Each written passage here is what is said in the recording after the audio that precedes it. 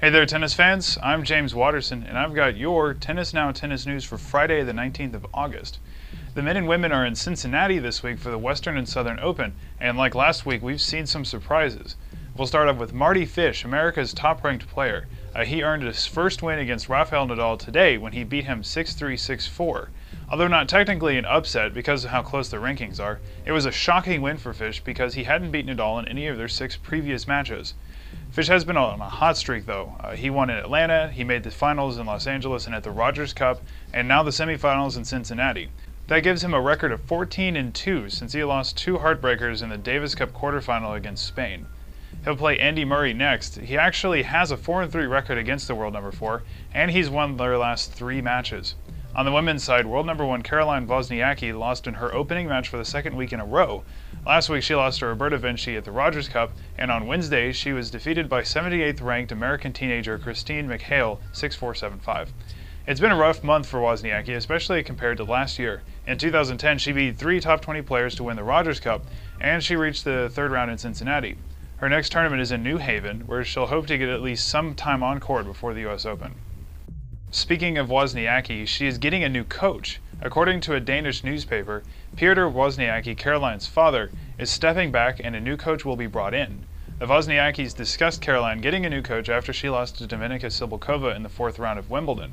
Petra told the newspaper, quote, "We've heard from morning to night how Caroline should play, so now she tries something else. It is intended that she should be a very aggressive player, but as you can see, she cannot win matches right now because she does not know how she should play.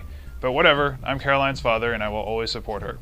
Since the new coach hasn't been hired yet, Peter has traveled with his daughter to Toronto and Cincinnati.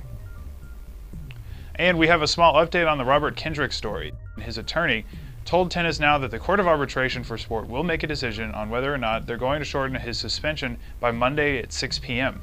Kendrick was suspended last month after he tested positive for the stimulant methylhexaniamine. He said the substance got into his system when he took Zija XM3, a weight management supplement, to combat jet lag. He said he wasn't trying to enhance his performance, and although the ITF agreed with him, they still suspended him for 12 months because they said an athlete should know what he or she puts into their system.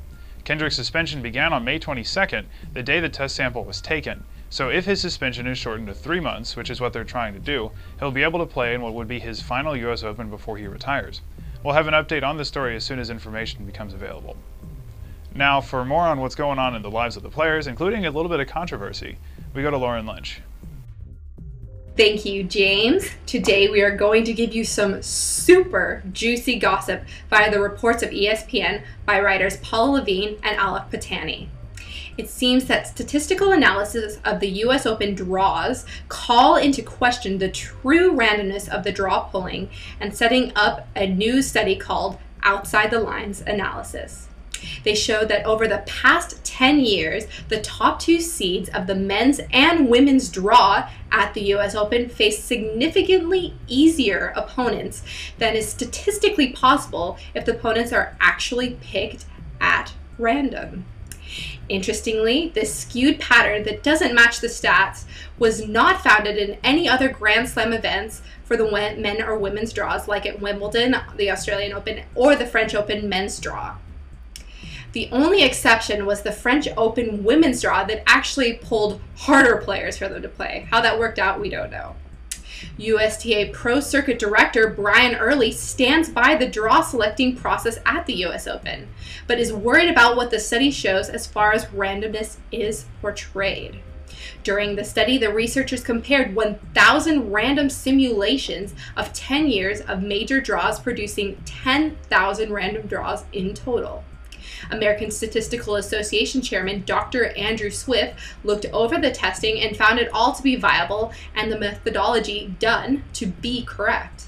The study showed that only 3 of the simulations, 1,000 remember, produced easy first round opponents like those the top seeds have faced in the past 10 years in actuality. None of the 1,000 tests did come close to the extreme results of the outcomes of the past 10 years for the easiness of the top 2's opponents.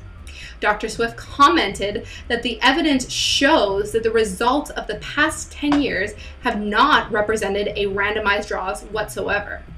In 2004, the lowest ranked player who received a wild card was Scoville Jenkins, who was put with the second seed and defending champion Andy Roddick at the time in the first round. He said he couldn't believe how unlucky he was to get such a fate. But is there really any luck to it? He had a 2.08% chance of actually facing a top 2 seed, and that low of chance he was actually picked for it. Then ironically, in 2007, as the lowest seed, he again faced first seed Roger Federer. He told ESPN that he says he could believe that the pullers of the draw could actually be favoring the top players to give them a more desirable player to actually play in the first round.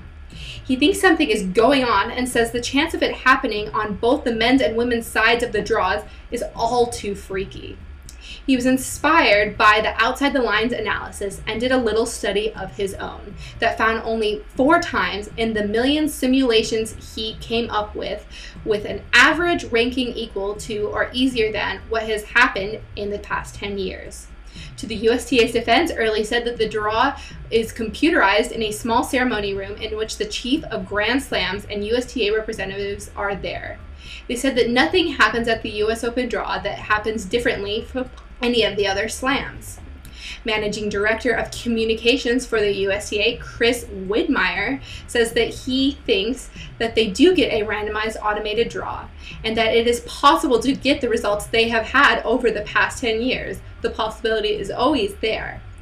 They doubt that there is anything wrong with the software they use or that there's any programmers skewing the results. There's all the evidence laid before you, so yikes, what do you guys think? I would highly encourage you to log on to ESPN.com for yourselves and read the article and findings. There's a lot more interesting information added in there and thoughts by other players. And you can actually email the investigative reporter, Paula Levine, and ask her questions for yourself. Make sure to log on and tell us what you find. Moving on, be sure to log on to tennisnow.com on the homepage for a hilarious head mock commercial done by head player Novak Djokovic mimicking Maria Sharapova. He puts on a blonde wig, kind of puts on a funny voice. Great to watch. Also, I have the new Rafa biography in my hands. Stay tuned for the review and to get a copy. Tennis Now may be giving out some for you to win. Back to you, James. Thanks for the report, Lauren. And that'll do it from us. Make sure to follow the rest of the tournament on our website. You can keep up with the matches on our live scores page, and you can find all the top stories from the world of tennis at www.tennisnow.com. As always, thanks for watching and have a great weekend.